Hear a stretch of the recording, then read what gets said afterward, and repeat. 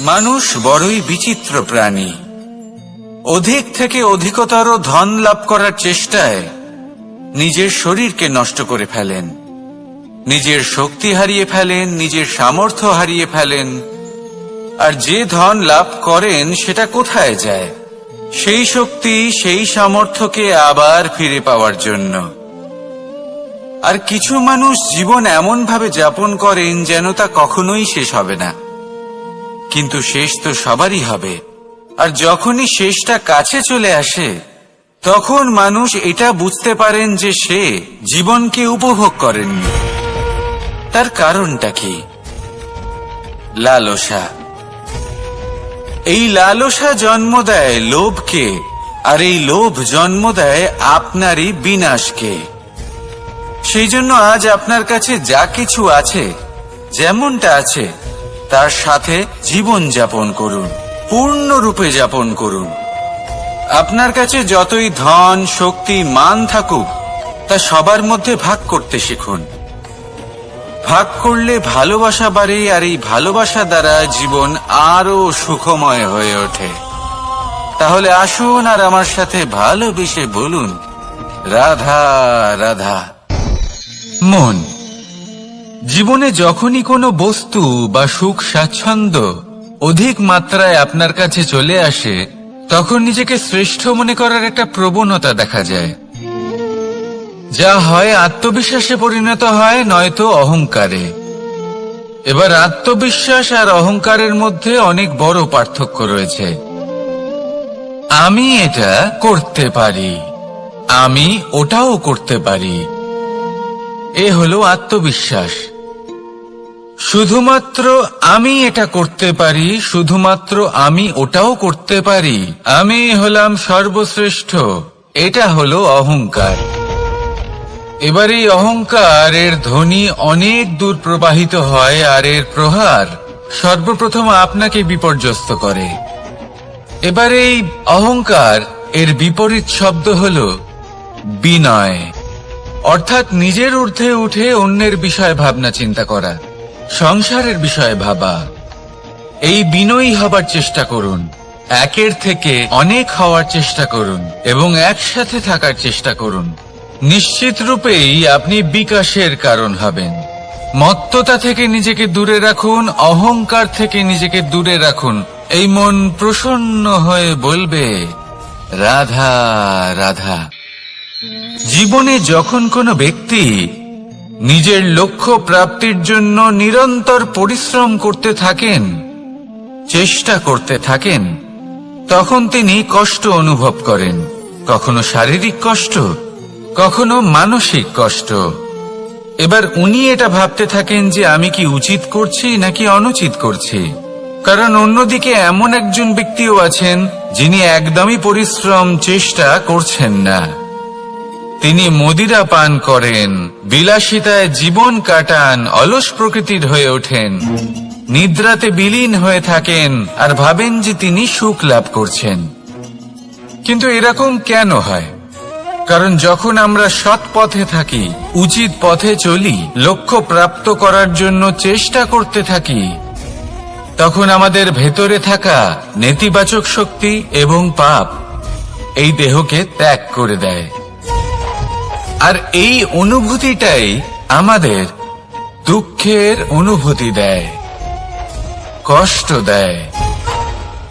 এবার সেখানে যদি আমরা কুপথে চলি, অনুচিত পথে চলতে থাকি, তাহলে আমাদের ভেতরে থাকা পুণ্য এবং ধনাত্মক শক্তি আমাদের দেহ ত্যাগ করে দেয়।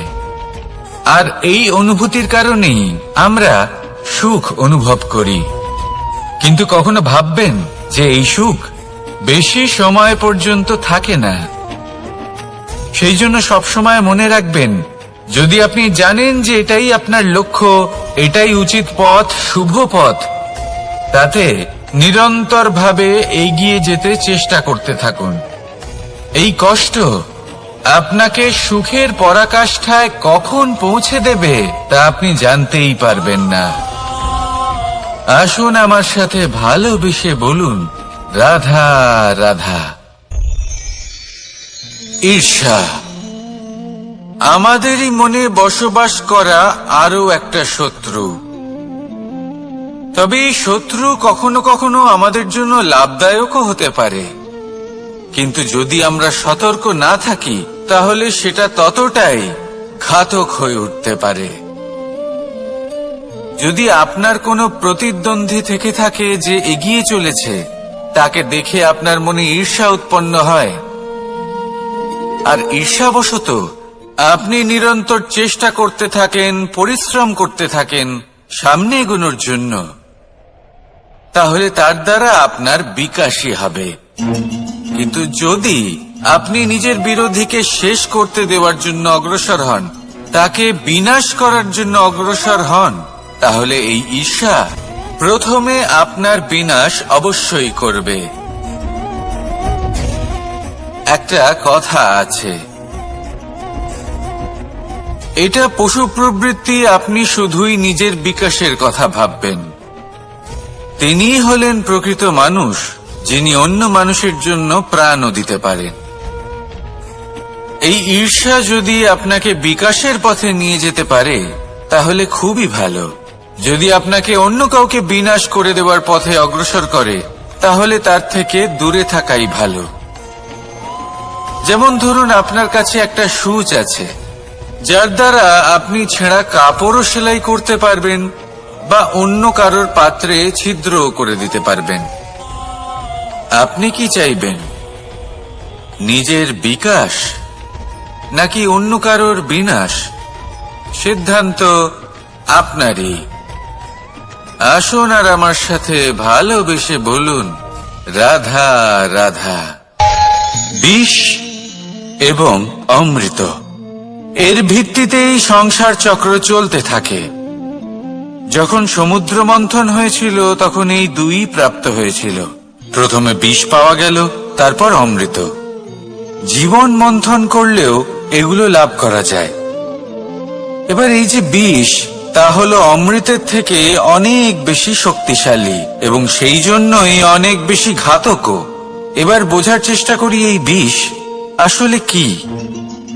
যে কোনো বস্তু বা কোনো ভাব যদি মাত্রার থেকে বেশি পরিমাণে আপনার কাছে থাকে, প্রয়োজনের থেকে বেশি আপনার কাছে থাকে, তাহলে সেটা আপনার কাছে বিষ সমান হতে পারে। তা সে ধন হোক, শক্তি হোক, সম্মান হোক, ইত্যাদি ইত্যাদি। যদি আপনার কাছে এমন কিছু থেকে থাকে যা মাত্রার থেকে বেশি পরিমাণে আপনার কাছে আছে, তাহলে তাকে ভাগ করতে শিখুন। যদি আপনি ভাগ করতে শিখে যান তাহলে এই বিষই আপনার জন্য অমৃতে পরিণত হবে, আর তাদের কাছেও অমৃত সমান হয়ে উঠবে যাদের এই সাহায্যের প্রয়োজন। তাহলে ভাগ করে নিতে শিখুন আর আমার সাথে ভালোবেসে বলুন, রাধা রাধা। কোনো বাড়িতে, কোনো পরিবারে যখন কারোর জন্ম হয় তখন তা কত সুখের মুহূর্ত হয়। সেই ছোট্ট সন্তান যখন কিছুটা বড় হয়, সে হাঁটার চেষ্টা করে, আর সেই প্রক্রিয়াতেও খুব বড় একটা শিক্ষা লুকিয়ে রয়েছে, ঠেলে দেওয়া। যখন আপনি হাঁটতে চান, সামনে এগোতে চান, তখন আপনি কি করেন? নিজের পায়ের তলার যে মাটি তাকে আপনি পেছনে ঠেলে দেন। ব্যাস, এই একই জিনিস তো জীবনেও শিখতে হবে। এবার যদি আপনি জ্ঞানের পথে অগ্রসর হতে চান তাহলে অজ্ঞানতাকে পেছনে সরিয়ে দিতে হবে। যদি আপনি প্রকাশের দিকে এগোতে চান তাহলে অন্ধকারকে পেছনে সরিয়ে দিতে হবে। যদি আপনি ভবিষ্যতে সফল হতে চান তাহলে অতীতের যে অসফলতাগুলিকে পেছনে সরিয়ে দিতে হবে। যে জল বইতে বইতে থেমে যায় তাকে আমরা নালা বলে থাকি। তার থেকে দুর্গন্ধ বের হয়, কিন্তু যে জল বইতেই থাকে তাকেই আমরা পবিত্র জল বলি। তাহলে আপনিও কর্ম করতে থাকুন, কখনো থামবেন না, আর আমার সাথে ভালোবেসে বলুন, রাধা রাধা। যোগাসন। যোগাসনে আসন অত্যন্ত গুরুত্বপূর্ণ। এবার আমি বলবো সবথেকে শ্রেষ্ঠ আসন কোনটি। আশ্বাস। নিজেকে আশ্বস্ত করতে থাকুন যে আমি আছি, সব ঠিক হবে, যা হচ্ছে ভালোর জন্য হচ্ছে। এই আশ্বাস আপনাকে জীবনে এমন ধনাত্মক বিশ্বাস দেবে যে আপনি বড় বড় সমস্যার সমাধান করতে পারবেন। এবার যদি কথা বলি সবথেকে কঠিন সময়ের, তাহলে সেটা হলো বিচ্ছেদের, যা মা সীতাকে সহ্য করতে হয়েছে শ্রীরামের জন্য, রাধা কৃষ্ণকেও সহ্য করতে হয়েছে। যে ব্যক্তি বিচ্ছেদের সময় সঠিক পথে চলে এসেছে সে জীবনে অনেক শ্রেষ্ঠ স্থানে অবশ্যই পৌঁছতে পারবে। এবার যদি কথা বলি সবথেকে জরুরি এবং গুরুত্বপূর্ণ সময়ের, তাহলে সেটা হলো সংযোগ। সকলকে সাহায্য করতে থাকুন। আপনি অন্যদের সাহায্য করে তাদের যত আনন্দ দিতে পারবেন ততটাই আনন্দ আপনারও জীবনে অবশ্যই আসবে। আসুন আর আমার সাথে ভালোবেসে বলুন রাধা রাধা। কামবোধ, এটাই আপনার অন্তরের প্রথম শত্রু। বেশিরভাগ মানুষই কামবোধ বলতে লালসা বোঝেন, কিন্তু এটা সম্পূর্ণ সত্য নয়। কামের আসল অর্থ হলো কামনা। এটা খুবই সহজ ব্যাপার। মনুষ্য শরীর থাকলে, মানুষের মন থাকলে এই কামনা অবশ্যই থাকবে। এবার এটাই দেখতে হবে যে এই কামনা নেতিবাচক কামনা নাকি ইতিবাচক কামনা। অন্য কারোর জিনিসে নজর দেওয়া, অন্য কোনো মানুষের উপর নজর দেওয়া, কোনো অনুচিত বস্তুর দিকে নজর দেওয়া, এই নেতিবাচক কামনা। আর এই দুষ্কামনা মানুষকে দিয়ে অপকর্ম করাবেই করাবে। তাই মনে রাখবেন, যে ব্যক্তি নিজের কামনাকে নিয়ন্ত্রণে রাখতে পারেন তিনি সঠিক পথেও থাকেন, সঠিক লক্ষ্যে পৌঁছতেও পারেন। যিনি কামনা নিয়ন্ত্রণে রাখতে পারেন না তিনি তার পথও হারিয়ে ফেলেন এবং লক্ষ্যচ্যুতও হন। তাই মনে রাখবেন, নিজের কামনাগুলিকে নিয়ন্ত্রণে রাখুন। কাম নামক এই শত্রুর ওপর বিজয় লাভ করুন আর আমার সাথে ভালোবেসে বলুন রাধা রাধা। ক্রোধ, আপনার অন্তরের আরো একটা শত্রু। এই ক্রোধ আসলে কি? আপনার মনের এক ভাবনা, যা আপনার মনেই উৎপন্ন হয়। এই মন আত্মার সাথে যুক্ত থাকে। এখন একটা ভাবনা যা আত্মার সাথে যুক্ত থাকে তাকে অনুচিত কেন বলা হয় সেটা বোঝার চেষ্টা করুন। ক্রোধ কখনো কখনো জরুরি হয়, বিশেষ রূপে তখন যখন আপনি সঠিক পক্ষে দাঁড়িয়ে রয়েছেন এবং সামনের ব্যক্তি অধর্মের পক্ষে রয়েছেন আর বিনম্রভাবে মানছেন না। যেমন শ্রীরাম ক্রুদ্ধ হয়েছিলেন সাগরের ওপর। ওটা উচিত ছিল, আর তা ততক্ষণই উচিত যতক্ষণ আপনি ক্রোধকে নিয়ন্ত্রণ করছেন।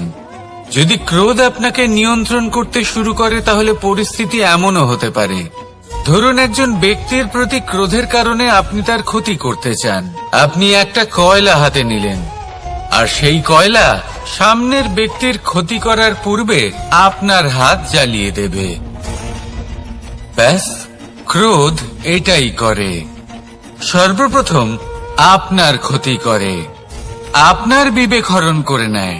আপনি আপনার নিয়ন্ত্রণ হারিয়ে ফেলেন আর সবকিছু নষ্ট হয়ে যায়। বেশিরভাগ মানুষ ক্রোধে এমন সিদ্ধান্ত নেন যে সেটা তাদেরই বিনাশের কারণ হয়ে দাঁড়ায়। আর কিছু মানুষ বলেন যে আমাদের জীবনে এত যন্ত্রণা আছে, এত সংকট আছে যে ক্রোধ উৎপন্ন হবেই। আর এরকম সময় এটাই উচিত হবে যে আপনি নিজেকে ক্রোধের থেকে দূরে রাখুন আর তারপর সমস্যার নিবারণ করুন। আর এই নিবারণই আপনার জীবনকে একটা শ্রেষ্ঠ স্তরে পৌঁছে দেবে। তাহলে ক্রোধ থেকে দূরে থাকুন, সুপ্রসন্ন থাকুন আর আমার সাথে ভালোবেসে বলুন রাধা রাধা। লোভ, আপনার অন্তরের আরো একটা শত্রু। দেখতে গেলে এটা একটা শব্দ, একটা সংস্কৃত শব্দ, লব ধাতু থেকে উৎপন্ন হয়েছে। এর অর্থ কিছু লাভ করা। কিছু লাভ করা অনুচিত নয়, আরো কিছু লাভ করাও অনুচিত নয়, কিন্তু সব থেকে বেশি আমি লাভ করব। আমি আরো চাই, আরো বেশি চাই, আরো বেশি পেতে চাই। এটাই হলো লোভ। আর এই লোভ যখন গ্রাস করে, তখন আপনি যা পেতে চান, সে ধনই হোক বা মানই হোক, তা অর্জন করার জন্য মানুষ যে কোনো স্তরে পৌঁছে যেতে পারে। যদি মানুষ ধন অর্জন করতে চান, তাহলে তার জন্য তারা অধর্মের পথেও চলতে পারেন। যদি সম্মান অর্জন করতে চান, তাহলে অন্য মানুষকে ছোটও করতে পারেন। শেষ পর্যন্ত আপনার এটা মনে হতে পারে যে যদি একটু অল্পই প্রাপ্ত করতাম, কিন্তু ভালোবেসে প্রাপ্ত করতাম, এই জীবন আরো অনেক বেশি সুখী হতো। লোভ আপনার জীবনে, আপনার মনে কখন যে প্রবেশ করবে সেটা আপনি জানতেও পারবেন না।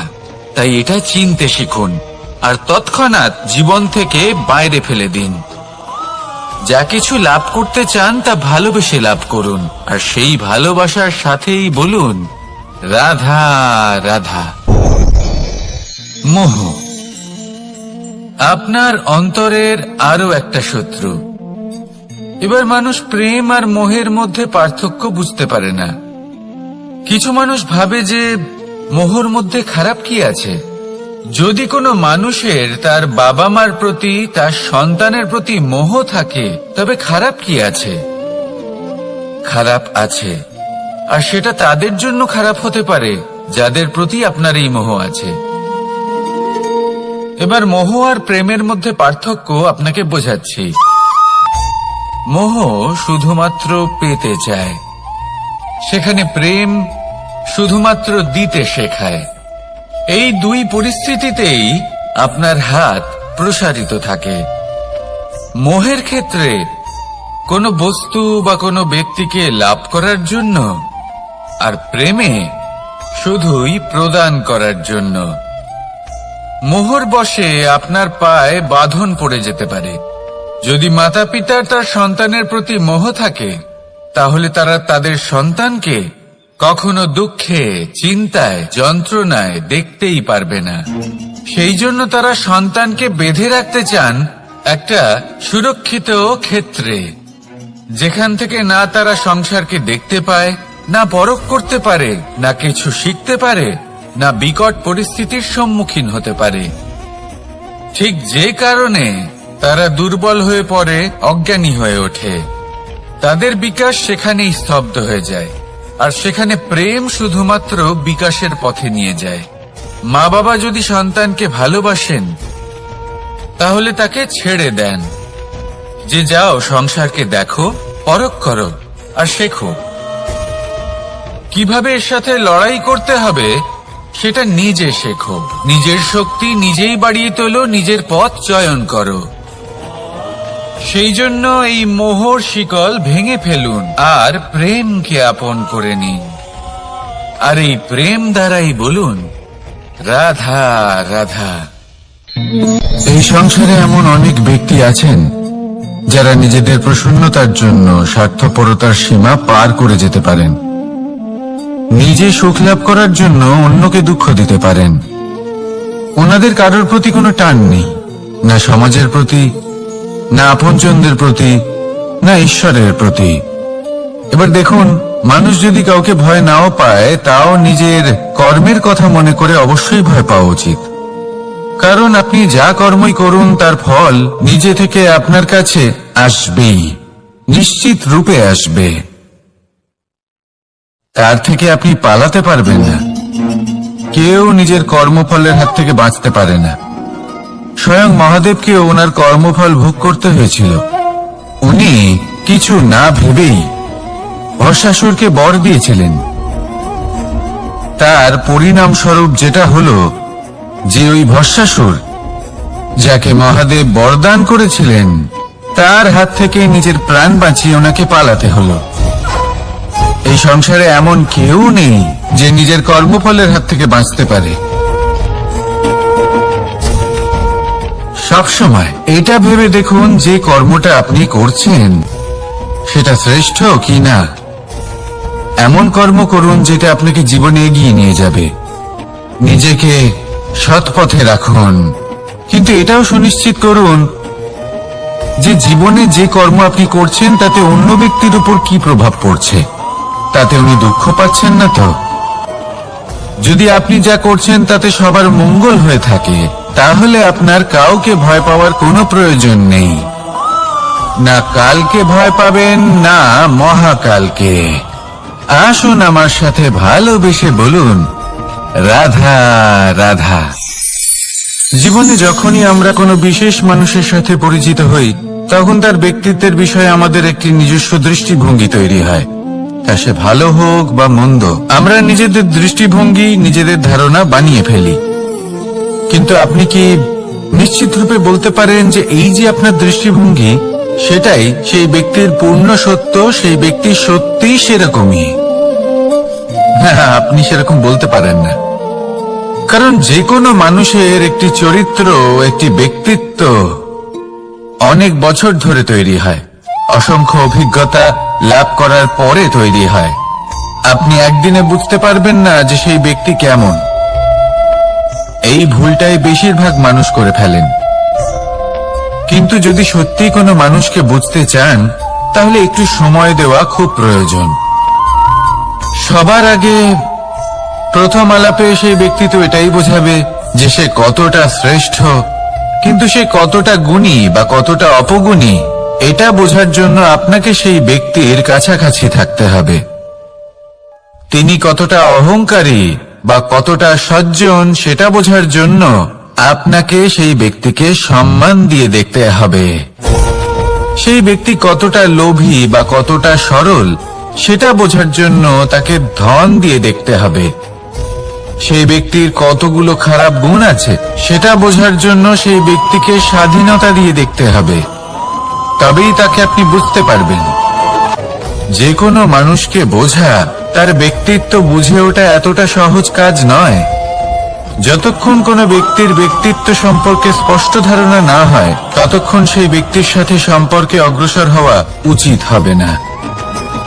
আসুন আমার সাথে ভালোবেসে বলুন, রাধা রাধা।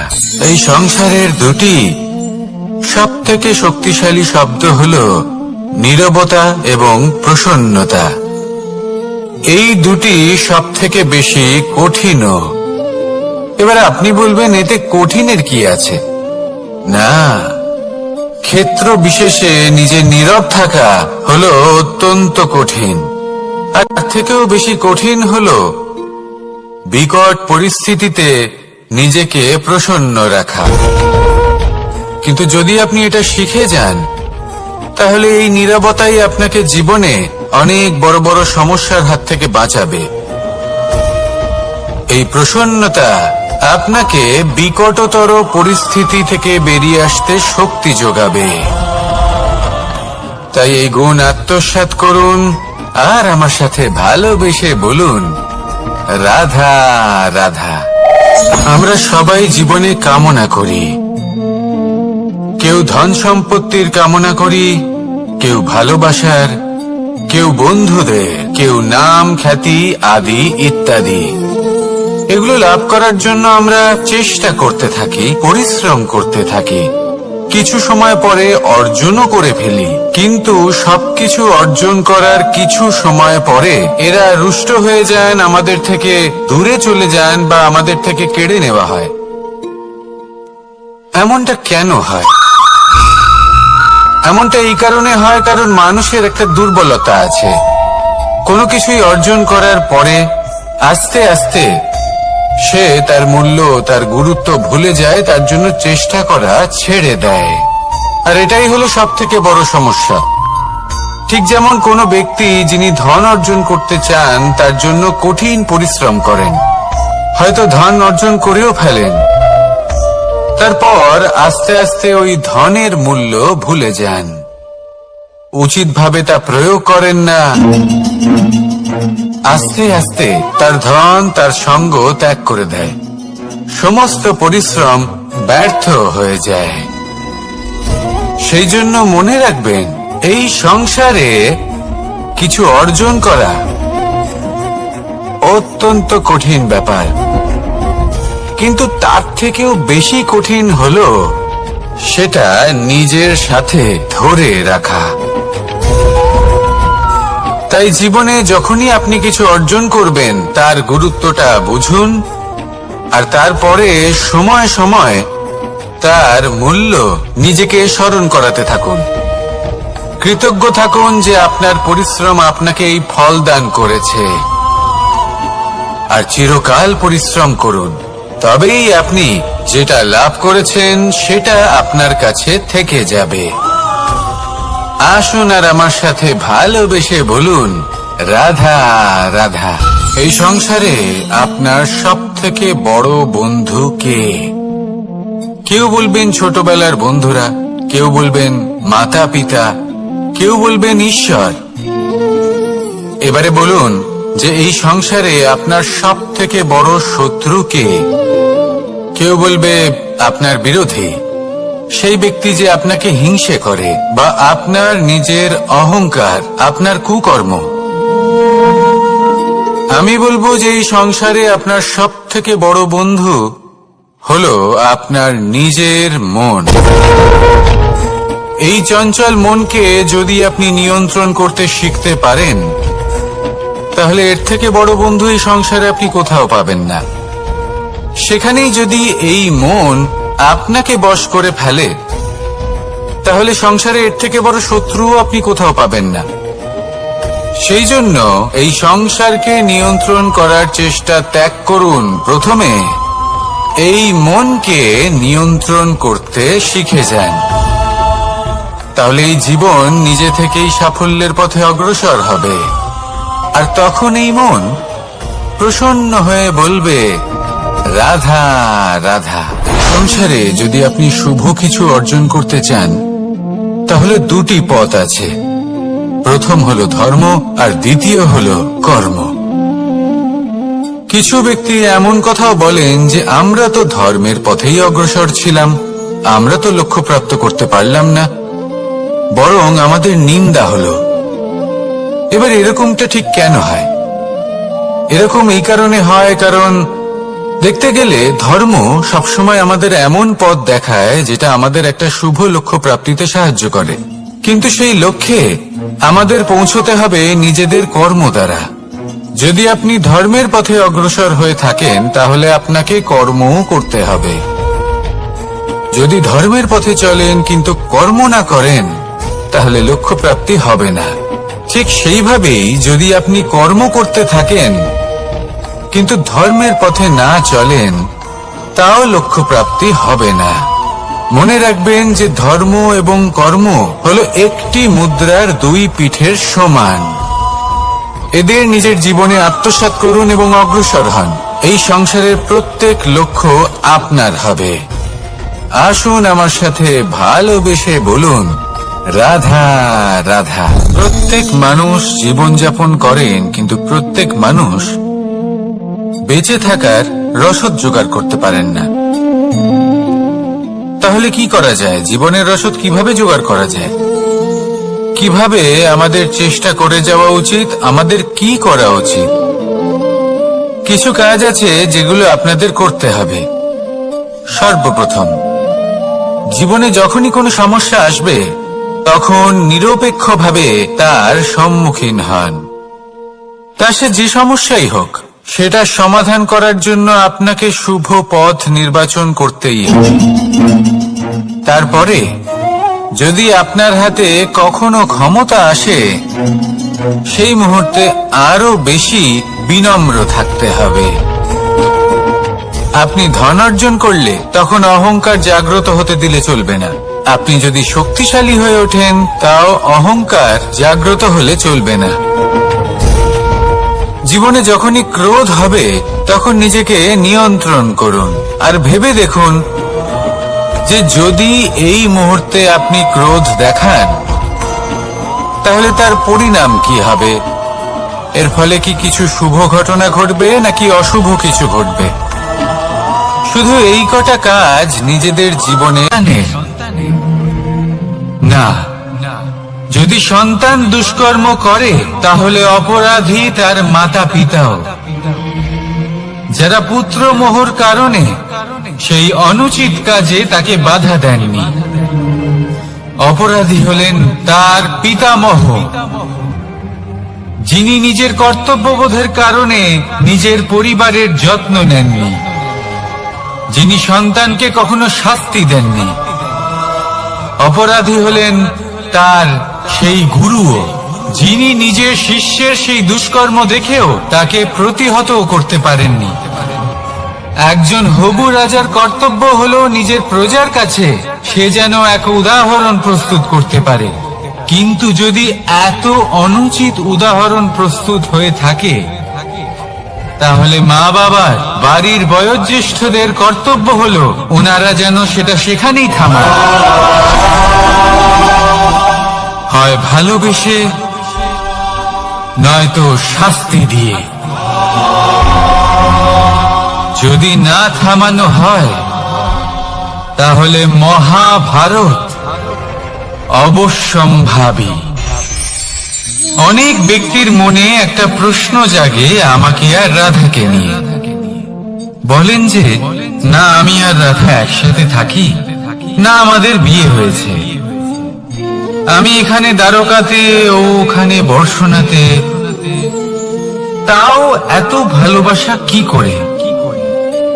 এ কেমন সম্পর্ক? আমি তাদের একটা সহজ কথা বলতে চাই। আপনি কখনো আয়নার দিকে দেখেছেন? নিজের দুই চোখের দিকে তাকিয়ে জিজ্ঞাসা করুন, এই দুই চোখ একসাথে কেন বন্ধ হয়?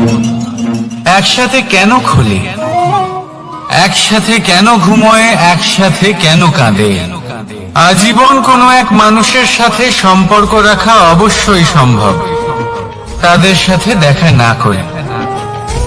আমার আর রাধার ভালোবাসাও কিছুটা এরকমই, আর কিছুটা এরকমই হয় ভালোবাসা দুই নয়নের মতো, যারা কখনোই মিলিত হবে না, কিন্তু চিরকালের জন্য একসাথে জুড়ে থাকবে।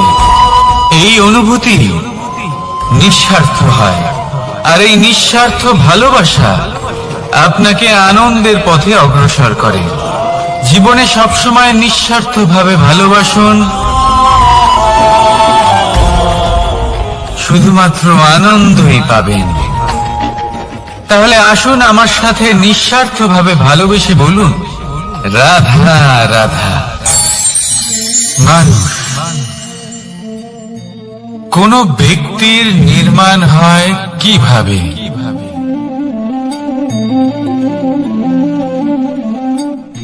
কেউ বলবেন পঞ্চতত্ত্বের দ্বারা, কেউ বলবেন আত্মা, দেহ ও চেতনার দ্বারা, কেউ বলবেন ঈশ্বরের কৃপার দ্বারা, তো কেউ বলবেন এই প্রকৃতির পরীক্ষার দ্বারা। না, মানুষের নির্মাণ হয়ে থাকে বিশ্বাস দ্বারা। ব্যক্তি তখনই গড়ে ওঠেন যখন ব্যক্তিত্ব থাকে, ঠিক কিনা? আর ব্যক্তিত্ব তখনই হবে, আর সেরকমই হবে যেরকম বিশ্বাস আপনি নিজের উপরে রাখবেন। যদি আপনি মনে করেন আপনি বিষের ন্যায় হবেন, তাহলে আপনি বিষাক্তই হবেন। যদি আপনি এটা মনে করেন যে আপনি অমৃতের ন্যায় হবেন, তাহলে আপনি অমরই হয়ে যাবেন। যদি আপনি নিজের উপরে বিশ্বাস রাখেন যে আপনি সংসারের সব থেকে উঁচু পর্বতের শিখরে পৌঁছতে পারবেন, তাহলে আপনি অবশ্যই পৌঁছবেন। যদি আপনার এরকম মনে হয় যে আপনি এরকম কখনো করতে পারবেন না, তাহলে এরকম কখনোই হবে না।